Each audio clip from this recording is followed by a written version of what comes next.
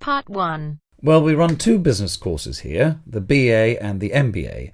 Which course were you interested in? First, you have some time to look at questions 1 to 3.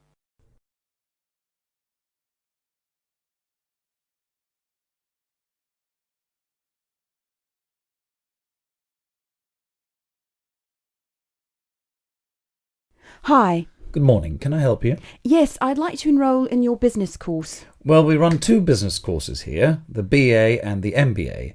Which course were you interested in? I don't have a degree, so I won't be able to study the MBA. That's right. OK, if you'd like to give me some details, I'll complete an application form and someone from the business department will contact you directly. First, what's your name? Jane Kinsella. Kinsella. Could you spell that for me? It's Kinsella. OK, and how old are you, Jane? Well, my date of birth is the 4th of August 1982. Good, thanks. Can you tell me where you're from? I'm from Britain. And where do you live now? Number 32 Maich Road, Auckland. Can you spell your road name for me? Yes, it's Maich. Right, thank you.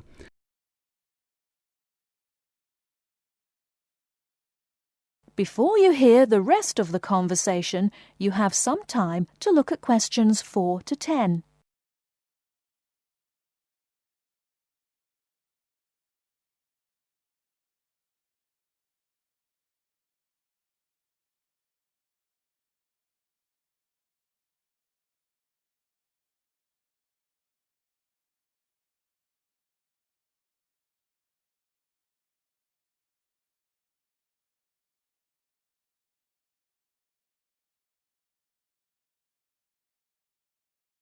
Now listen and answer questions 4 to 10. Thank you. Do you have a contact number? Only a mobile. It's 021 455 7326. And what are you doing now? Well, I was working in a shop until 2 weeks ago, but at the moment I'm not doing anything. Good. Now, if we can move on to your education. Do you have any qualifications? As I said, I don't have a degree, but I do have 4 A levels. I'll write that down. So your ideal choice is to study the BA in Business Studies, is that right? Yes, that's right. If I can't enrol in that course, I'll wait until the next intake. OK, so no second choice of study. Tell me, why do you want to study the BA in Business? Well, I'm very interested in becoming self-employed at some time in the future, but I need some experience in a larger company first, and they won't accept people without a BA. And how will you pay for the course? I'll use my savings for most of the course, and if I have any problems, I'll take a part-time job, but I hope I won't have to. That's fine. I'll just write savings. And now a final question. Do you mind if I ask you why you want to study here? Not at all. Your course was actually recommended by a friend. He's in his 2nd year now, but he thinks it's very good. OK, that's great. I'll hand your application to the admissions office and they'll contact you from there. Thanks very much. Bye. That is the end of Part 1. You now have half a minute to check your answers.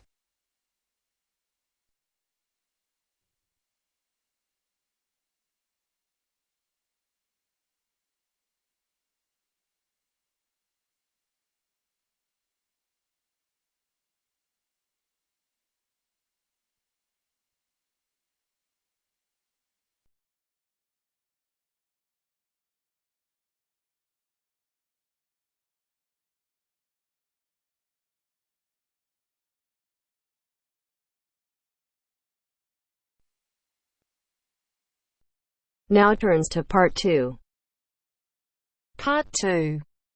You will hear a tour of a newly renovated health club. First, you have some time to look at questions 11 to 15.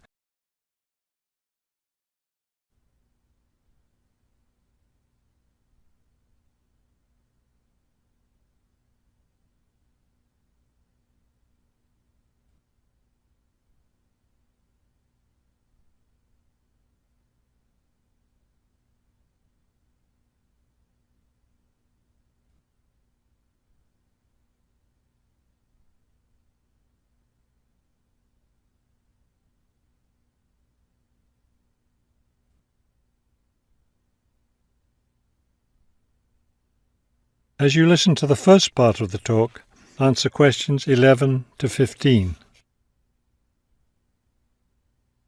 Thank you all for coming to see the new renovations to the Hartford Health Club. I know you'll be as pleased as I am to see the wonderful results of our months of hard work to improve the club and bring you the best facilities ever. We'll begin in here with the swimming pool. You'll notice the new colour of the adult pool, a lovely cool green. Now walk over here and look at the children's pool. It's the same green, but as you see, with brightly coloured sea creatures painted everywhere. Both of the pools needed painting, not only for maintenance, but I think the new colour greatly improves the atmosphere of this part of the club. Next, let's take a look at the locker rooms.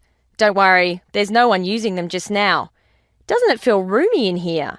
We've expanded both the men's and women's locker rooms, so now they'll be much more comfortable to use. There are bigger lockers, a good deal more room in the dressing area, and more places to store extra towels and equipment. Be careful as you walk through here.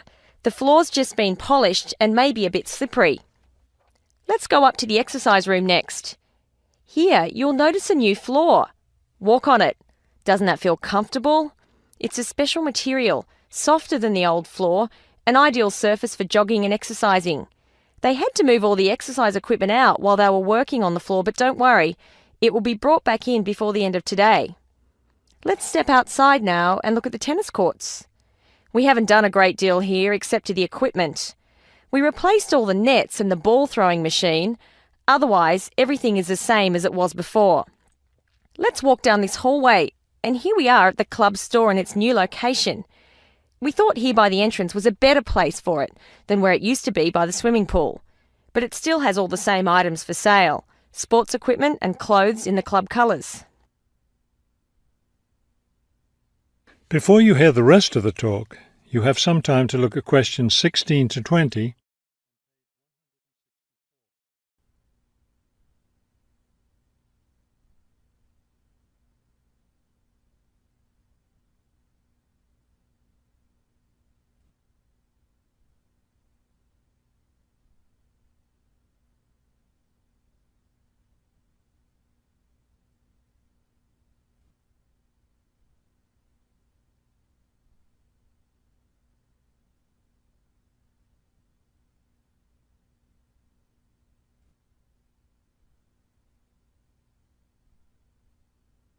Now listen and answer questions 16 to 20. We're excited about the upcoming activities and events to take place in our newly renovated club. Now that the pools are ready for use again, swimming lessons will begin tomorrow for both adults and children. If you haven't signed up yet, you can stop by the office before you leave today and put your name on the list. If you're a tennis player, you'll be interested to hear about the tennis competition coming up on Wednesday. Players from different clubs all over the region will be participating. If you'd like to watch the event, tickets are available in the office. Also, I want to be sure you all know you're invited to our club party coming up next weekend. We're celebrating the completion of the renovation work, and we have a lot to celebrate. The entire renovation project was finished in just 9 months. That's 3 months less than the 12 months we'd originally planned on. We're proud of that, and proud that we came in under budget too. Because we've had such good results with this project, we're already planning the next one. We already have 2 indoor pools, and next year we plan to install an outdoor pool right next to the tennis courts. Details of these plans will be made available to all club members soon. All right, I think we've covered just about everything. Are there any questions?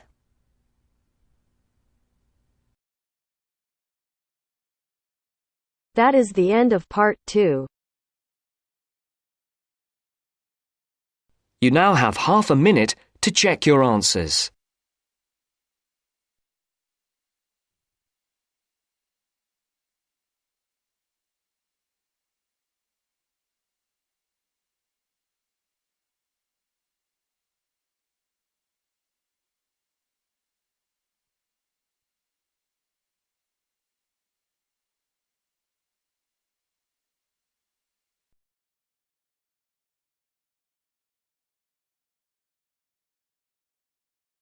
Now turns to part 3. Part 3. You will hear some students talking about their studies. First, you have some time to look at questions 21 to 24.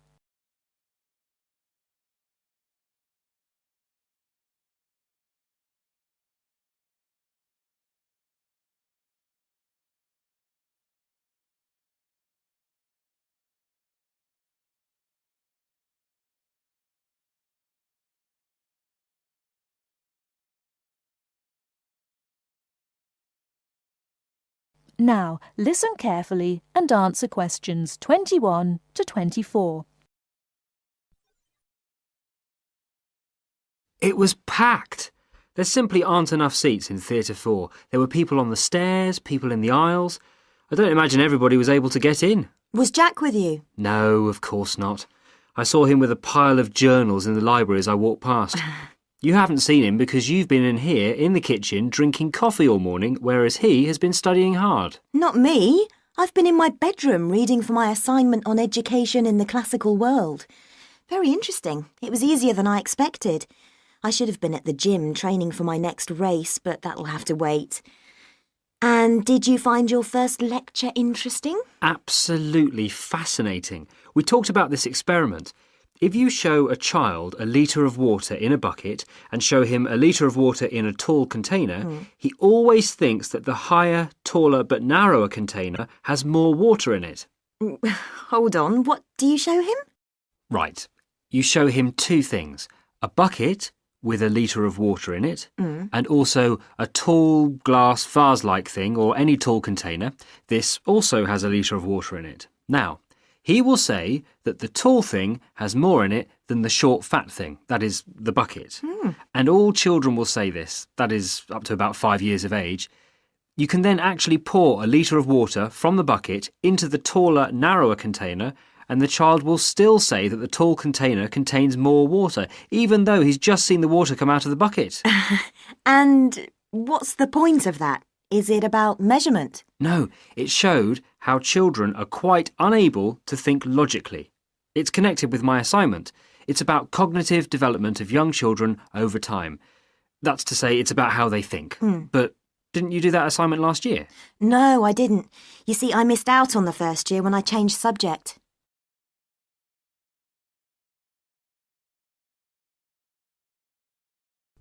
Before you hear the rest of the talk, you have some time to look at questions 25 to 30.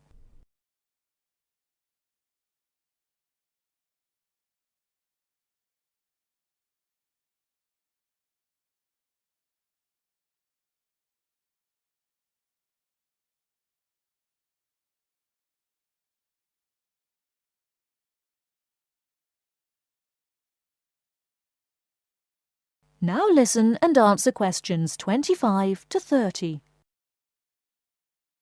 I started psychology in the second year, which is where I am now. Lucky you. I'm not so sure. I've missed out on a lot of the basic stuff like that, and I will have to catch up in my own time, so I'm relying on you. Oh yes, I remember. What did you study before you changed? I studied law. Why didn't you continue? I found some of the subjects interesting enough. In fact, the criminal area was fascinating in general. But a lot of the law is very technical. It's full of little details which can be very difficult to understand. And I've got a terrible memory too. I could never get all the rules and exceptions into my head. My number one hate really was international trade, which was a minefield of rules and exceptions. In fact, I think it was a complete nightmare. But law is such a popular subject. Lots of people would like to study it. I'm sure they would, but they often don't realise that it's very book-based. You spend most of your time reading about famous cases sitting in a stuffy library, and very occasionally you get out to a lecture or maybe a seminar. What do you find that's better about psychology? Most of all, I like the experimental psychology we have to study. This involves doing something, so it's practical, and with any luck you can make a small, very small, contribution to knowledge. And it is so useful in many careers, for example, business, commerce, education. Law is too, you know. Yes, but the training is so long. You have to spend at least another 2 years on a professional practice course before you can start working. No, I'm happy with psychology. Well, as a psychology student too, I must say I agree with absolutely everything you've said, of course.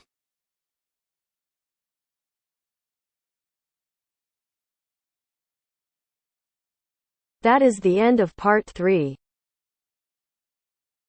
You now have half a minute to check your answers.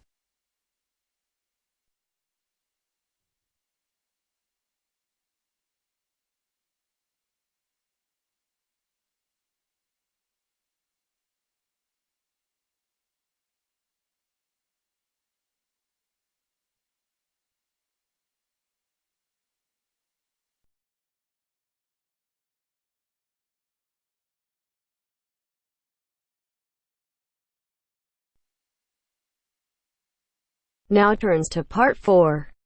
Part 4. You will hear a lecture about the Great Barrier Reef. First, you have some time to look at questions 31 to 40.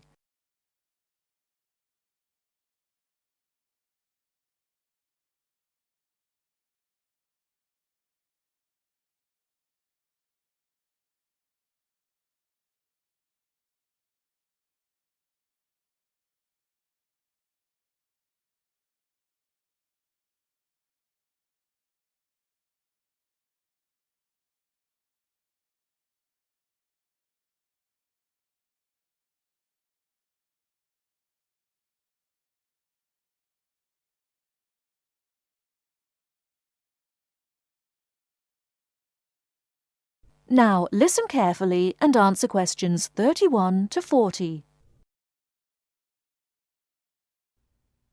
Despite its name, the Great Barrier Reef isn't just one large coral reef. Rather, it's a system of coral reefs that stretches along the east coast of Australia, covering an area of around 300,000 square kilometres.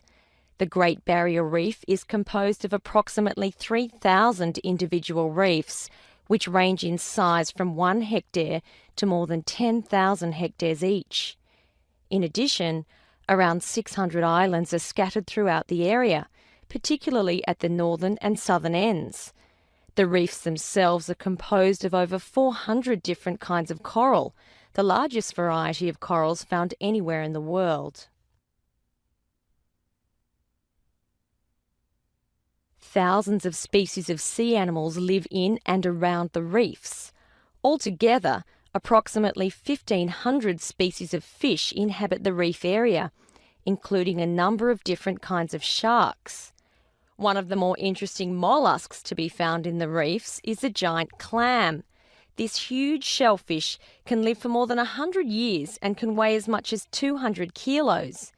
Sea mammals abound in the area, which serves as a breeding ground for certain types of whales, many of which are endangered. Over 200 species of sea and shorebirds feed, roost or nest among the reefs and islands. Many types of reptiles can also be found living among and near the reefs. Saltwater crocodiles, for example, inhabit the marshes along coastal areas. Amphibians include at least 7 species of frogs inhabiting the islands of the reef. Unfortunately, this wondrous area of the world is threatened by climate change. Rising sea temperatures have led to an effect called coral bleaching, that is, large numbers of corals dying off, especially in the shallower areas of the reef. The Great Barrier Reef Marine Park Authority is attempting to find effective ways to deal with this issue that threatens the reef. One proposed solution involves shading the reef in certain areas to help keep the surrounding water temperatures down. That is the end of Part 4. You now have half a minute to check your answers.